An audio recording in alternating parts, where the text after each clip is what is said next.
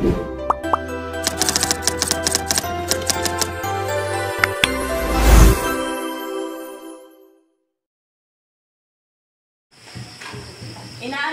ko ang lahat na tumayo para sa ating panalangin.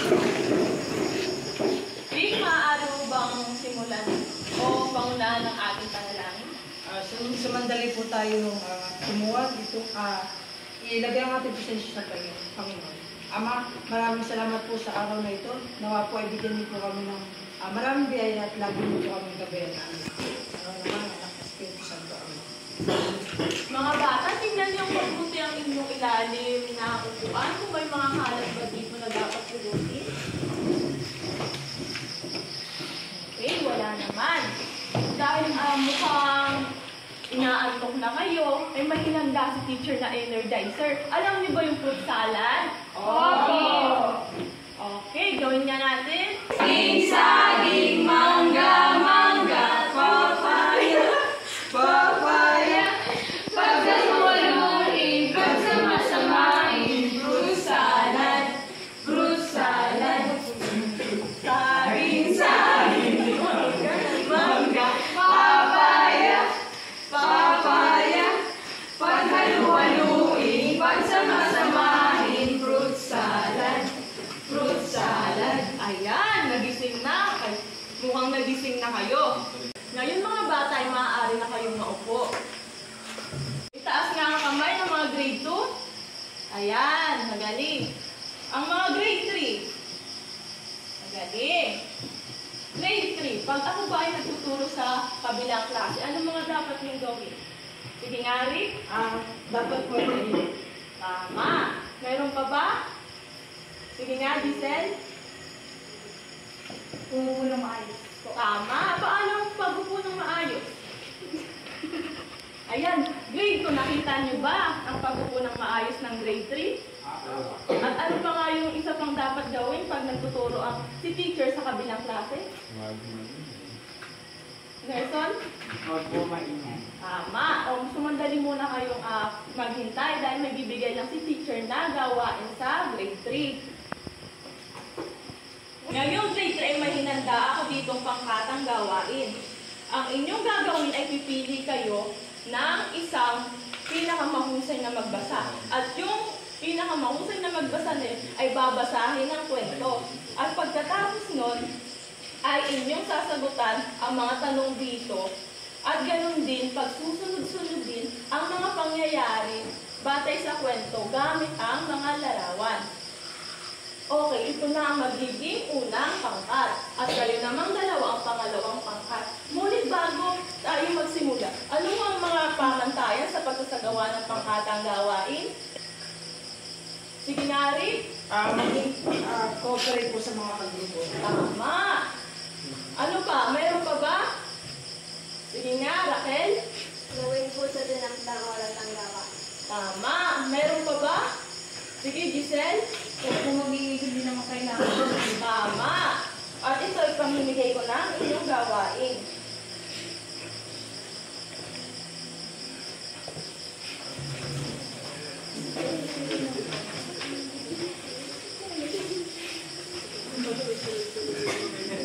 Yung grade 2 ay pag-aaralan natin ang pagsagot sa mga tanong sa kwentong katang isip. Saglit lang mga grade 2, ididikit lang ni teacher ito.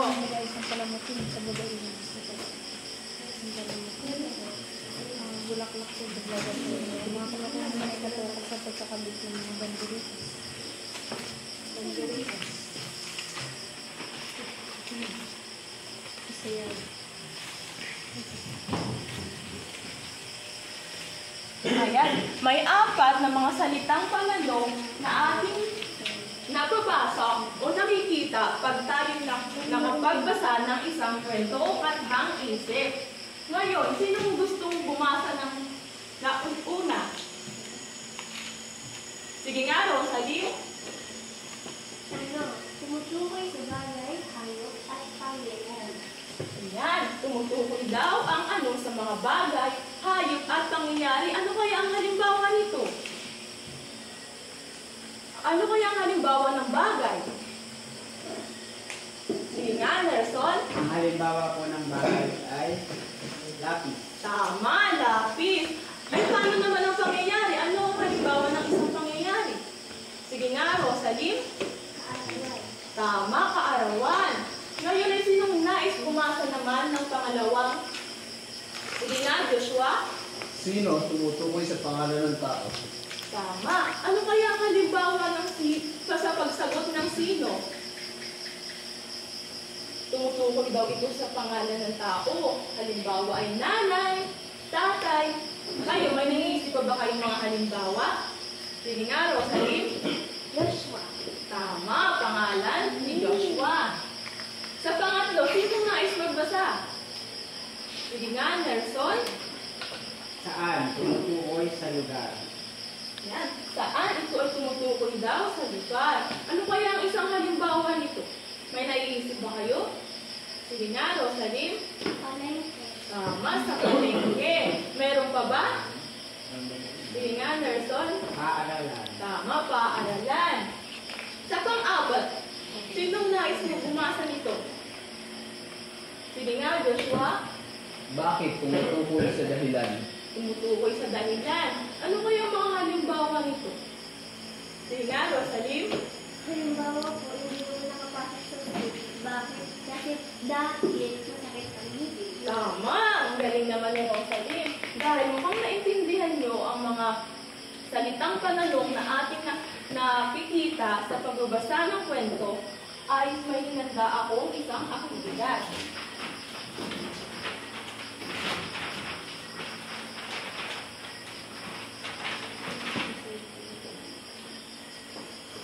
Ngayon ay may babasahin si teacher na isang maikling kwento. At nais ko na makinig kayo dahil mayroon hinanda dito si teacher na gawain. Handa na ba kayo? Ngunit bago si teacher magbasa, ano bang mga dapat tandaan pag may nagbabasa sa unahan? Sige nga, Rosalie. Nakikinig po sa guro.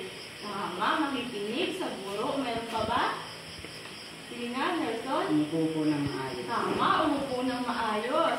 Meron pa ba, Joshua? Intindihin po ang kwento. Tama, intindihin ang kwento. Ngayon nasisimulan ng teacher basahin ng kwento. Ang pamagat ng kwento ay ang mahiwagang keso ni Didi. Akda ni Lea si Jesus.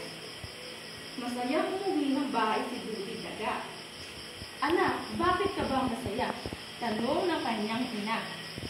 Nanay, may nakita po akong matanda at mukhang gutom kaya ibinigay ko po sa kanya ang baon kong tinapay. Masayang pagkukwento pa niya. Matutulog na sana si Didi nang bigla niyang maalala ang matanda na kanyang tinulungan. Anak, dahil mabuti ang iyong kalooban, tanggapin mo itong munti kong regalo sa iyo. Ang wika ng matanda sa kanya. Binuksan ni Dudi ang kahon at nakita niya ang isang maliit na keso. Mahiwaga ang keso ni Dudi. Lumalaki ito araw-araw. Ngayon ay bibigay ko sa inyo ang inyong sasagutan.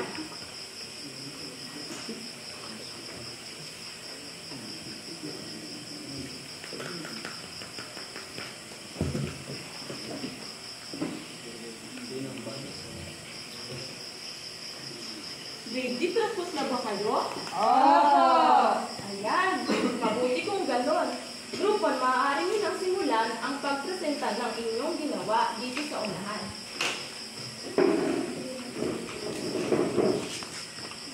Ngayon, pagkatapos po namin basahin ang kwento, ay nagawa po namin pagsunod-sunod din ang pangyayari gamit po ang mga larawan. Una po, nagsisimba po ang pamilya ni Ginang Ruby.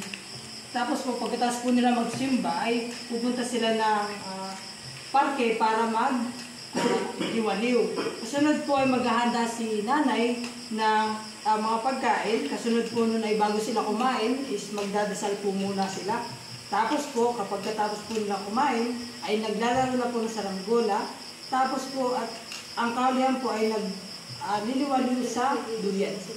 Magaling, Group 1. Group 2, maaari ba natin bigyan ng ang galing-galing mo clap ang Group 1? Kayo nga, alam niyo ba yun? Hindi po. O, si teacher muna. Ganito yun. 1,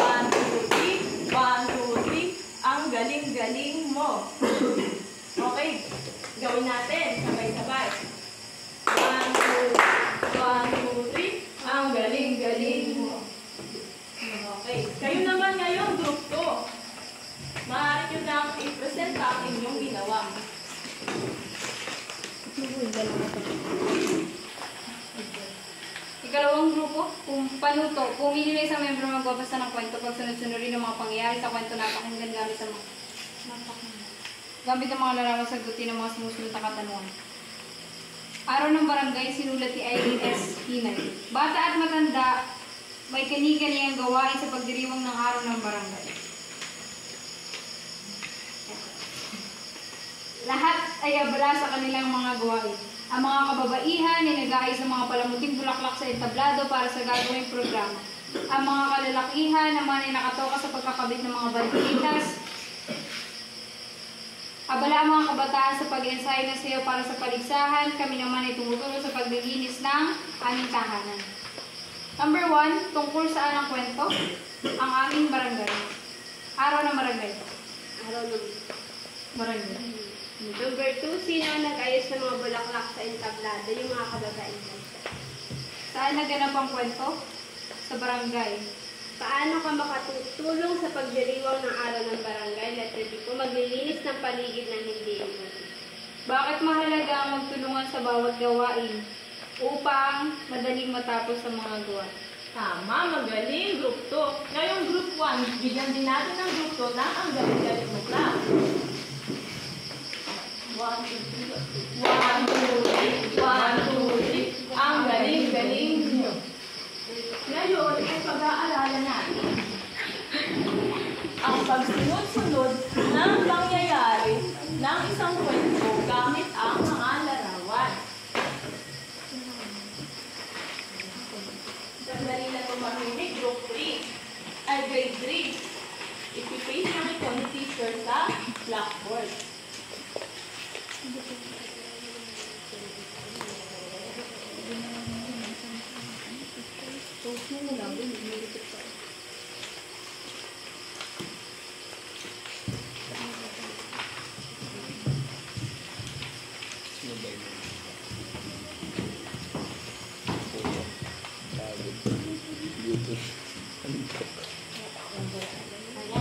Ang pagsusunod-sunod ay paglalagay ng detalyadong pangyayari ng isang kwento.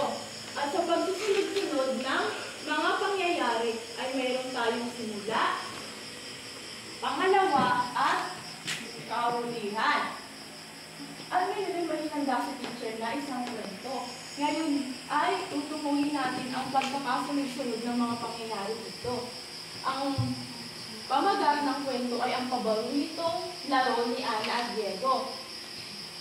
Sabay-sabay nga natin basahin, Grade 3. Paboritong laro ni Ana at Diego. Isang magandang araw sa pamayanan ni Ana at Diego. Dalawang magkaibigan mahilig maglaro ng bola. Tuwing hapon, pagkatapos ng kanilang mga gawain sa paaralan, nagtutungo sila sa parke upang maglaro ng kanilang paboritong larong soccer. Masayang naglalaro ng soccer ang dalawa sa biglang hindi nila namalayan kung saan pumunta ang bola. Agad nila nanganap ang bola na nasa damuhan lang pala. Masaya si Ana at Diego dahil Mapagpapatuloy nila ang kanilang paglalaro at dahil hindi napatunayan nila ang pagiging tunay na magkaibigan. ngayon mga bata, ano kaya din yung unang pangyayari? Sige nga, ano nga ang unang pangyayari sa ating binasang kwento? Sige nga, Giselle. Ang unang pangyayari po sa paboritong laro ni Ana at Diego ay tuwing hapon pagkatapos ng kanilang mga gawain sa paaralan, nagtutungo sila sa parke upang maglaro ng kanilang paboritong larong soccer. Tama! Ano kaya ang sumunod na nangyari o pangalawang pangyayari sa kwento? Wala na bang ibang kamay? Bukod kay Giselle? Sige nga ulit, Giselle. Ang ikalawa pong nangyari ay masaya sila naglalaro ng soccer. Biglang hindi nila namalayan kung saan napunta ang bola. Tama, yun ang pangalawang pangyayari. Hindi na namalayan kung saan napunta yung bola. Yung pangatlo mo yung pangyayari. Wala na bang ibang kamay? Sige nga, Rick. Naging masaya po si Ana at Diego dahil po magpapatuloy nila ang kanilang paglalaro ng bola. Tama. Ano naman kaya ang kahuli ng nangyari o katapusan ng ang kwento?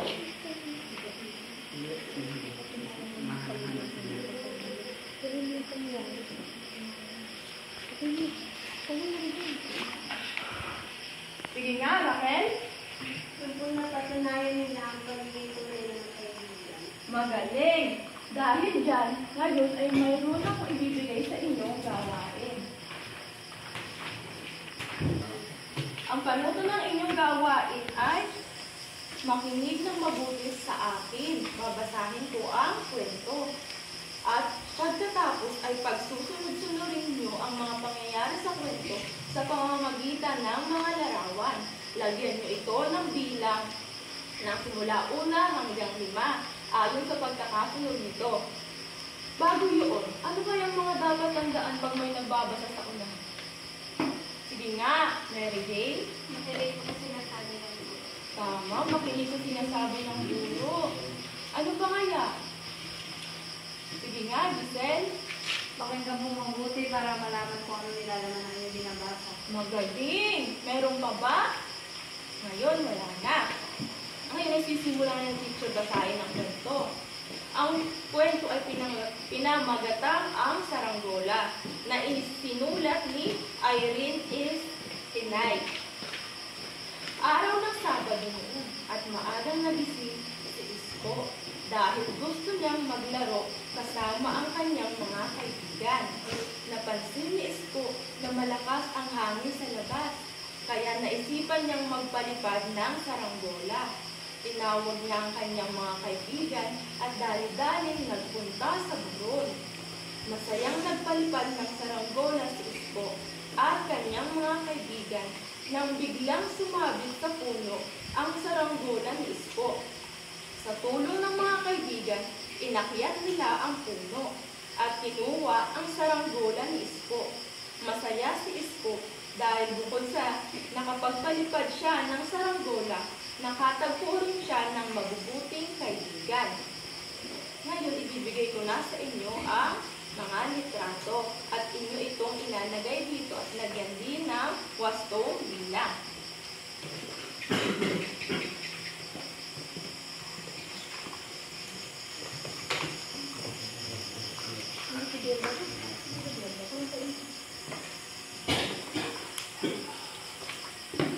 Ngayong grade 2, tapos na ba kayo? Apo. O maaari nang kunin ang at itama ang inyong mga ginawa.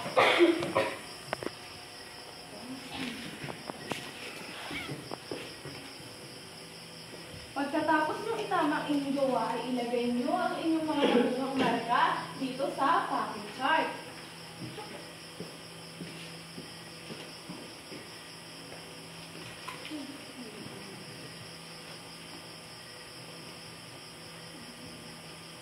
Okay na ba? Naitama na ba? O naiwas po ng inyong mga gawa, ilagay na dito sa package.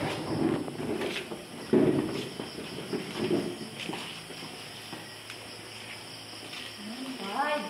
Si Nelson ay nakakuha ng 5. Ganon din si Rosalim. At ganon din si Joshua. Magaling. Magkakaroon naman kayo ng isang pangkatang gawain. Ang unang grupo ay ito, at ikaw naman, Joshua, ang pangalawang grupo. Ngunit bago tayo magsimula sa isang pangkatang gawain, ano ba ang mga dapat gawin sa isang pangkatang gawain? Sige nga, Rosalim. Tumulong po sa pamilya. Tama, tumulong sa grupo. Ano ba, Nelson? Gumawa ng kahiling. Tama. Meron pa ba? Ngayon, wala na. Ibibigay na ni teacher ang inyong gawain.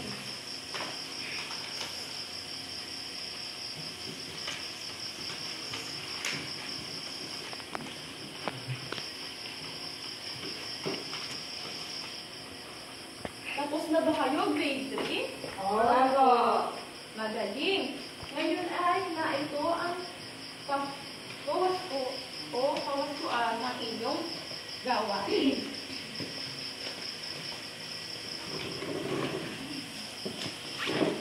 Pagkatapos ay ilagay nyo din dito sa ating chart ang inyong mga tama.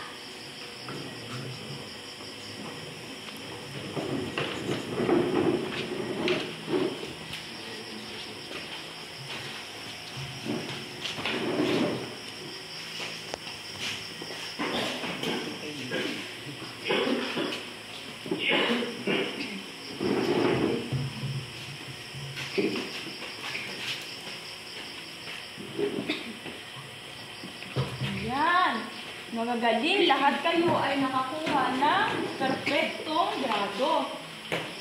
Ngayon, tungkol saan nga ulit ang ating pinag-aralan? Sige nga, Rick. Tungkol po sa paano magsunod-sunod ng pangyayari. Tama. Ano kaya ang kahalagahan nito? Bakit kaya mahalaga ang pagsunod-sunod ng pangyayari sa isang kwento? Sige nga, ulit Rick. Para magkaroon po ng organisasyon sa pagkakasunod-sunod ng kwento. Tama. Maaari bang ulitin yun, Mary Day? Ang kahalagahan ng pagsunod-sunod ng pangyayari sa isang kwento? Para daw po Tama. Ngayon, ay dadakil naman tayo sa inyong pagtataya para masukat kung talagang naunawaan niyo ba ang ating aralin. Kukunin na ni teacher yan.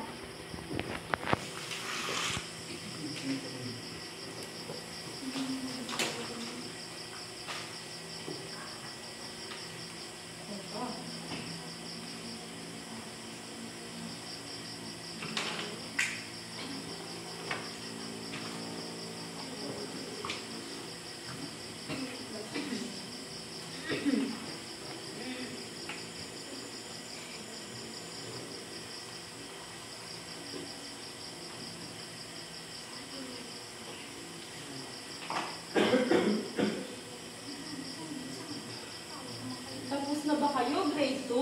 Opo. Magaling. Maaari nyo nang ipresenta kung ano ang inyong ginawa.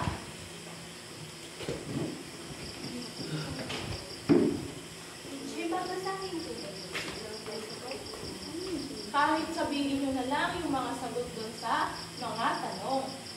Ang nasagot namin kwento ay ang buod at parang akda ni Lea C.D. Ang mga tanong po na aming sasagutin. Una, sino ang magkaibigan sa kwento? Ang sagot ko dito ay ang uod at paro-paro. Pangalawa. Saan nakikita ang dalawa? Dahil sa paglipat-lipat ng bulaklak ni Paro-Paro, nagkakita sila sa bulaklak. Oh, paandig.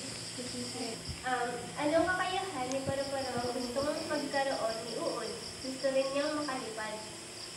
Anong uri ng kaibigan si Paro-Paro? Isa siyang mabuting kaibigan. Bakit nagtutungo si Paro-Paro sa halamanan? Para makakuha siya ng pagkain. Tama, magaling, group 1. Ngayon, group 2, maaari ba ikaw tumayo at bigyan natin ang galing-galing ng clap ang group 1? Alam mo ba yun? Hindi po. Ganito lang yun. 1, 2, 3, 1, 2, 3. Ang galing-galing nyo. Okay, sabay tayo. 1, 2, 3, 1, 2, 3. Ang galing-galing nyo. Ngayon naman, group 2. Ikaw naman ang magpresenta ng iyong ginawa. So, Ikalawang group. Pumili na isang miyembro ng babasa ng kwento, pakinggan at ganawain mabuti ang kwento. Sagutin ang mga sumusunod na tanong. Sa tanong number 1 na tanong, sino ang tinatawag na payatot sa kwento? Ang tinatawag kong payatot sa kwento ay si Bertong Payatot. Ano ang ayaw niyang pagkain? Ang ayaw kong pagkain ni Berto ay ang gulay. Ano ang naging tawag sa kanya nang siya ay lumusog at naging masigla?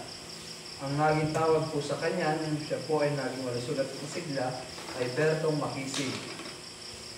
Bakit kaya siya sakitin at payat? Dahil po hindi po siya nakain ng masustansyang gulay. Bakit niya gustong maging malusog? Para po hindi na po siya lokohin ng kanyang nakakalaro. ayan, kaya mahalaga ang pagkain ng gulay upang tayo ay maging malusog at hindi sinaulin. Group 1, maaari ba kayo kumayot? Bigyan natin na ang galing-galing ng paglusog. Alam mo na ba yun? Oo, ganito lang yun.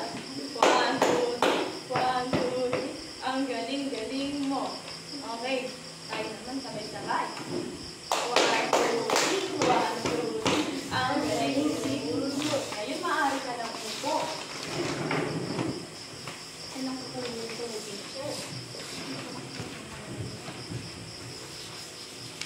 Ngayon, grade 2. Ano nga ulit ang ating pinag-aralan ngayon?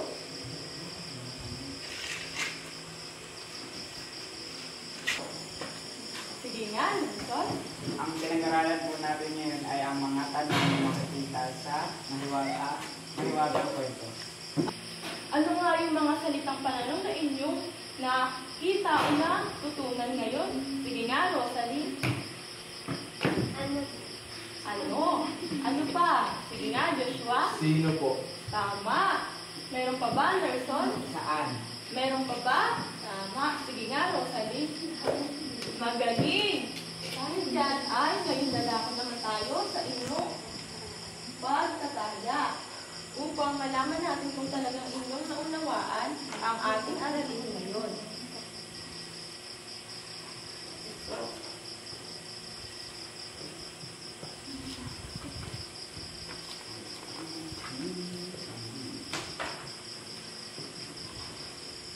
Tapos na ba kayo? Grade 3? Opo. Ngayon, ibibigay ko sa inyo ang pagwawasto sa inyong ginawa. At inyo ulit ilagay ang inyong grado doon sa ating pocket chart.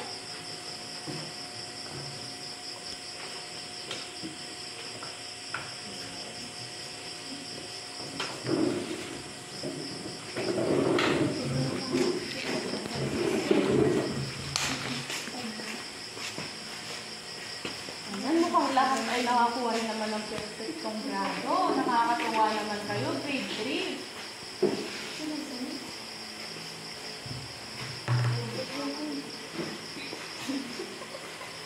Ayan. Ngayon, para sa inyong takdang aralin ay ito. Pwede nyo itong ipabasa sa mga nakakatanda sa inyong pamilya. Kaan kay nanay, tatay, ate o kuya.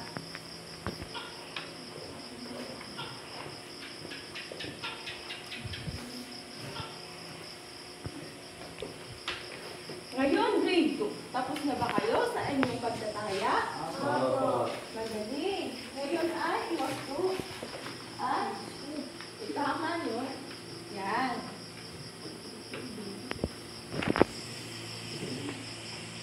Ngayon ay maaari nang ilagay ang inyong nakuhang grado.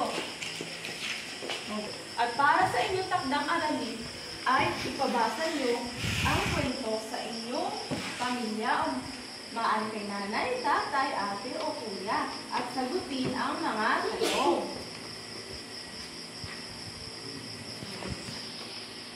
Ngayon mga bata, magsitayo na ang lahat. Masaya ako at nakita ko talaga na natutunan nyo ang ating aralin ngayon. Ngayon ay maaari na kayong umuwi, mag-iingat sa pag-uwi at magkikita ulit tayo sa mga panibago pang aralin. Goodbye, Ma'am!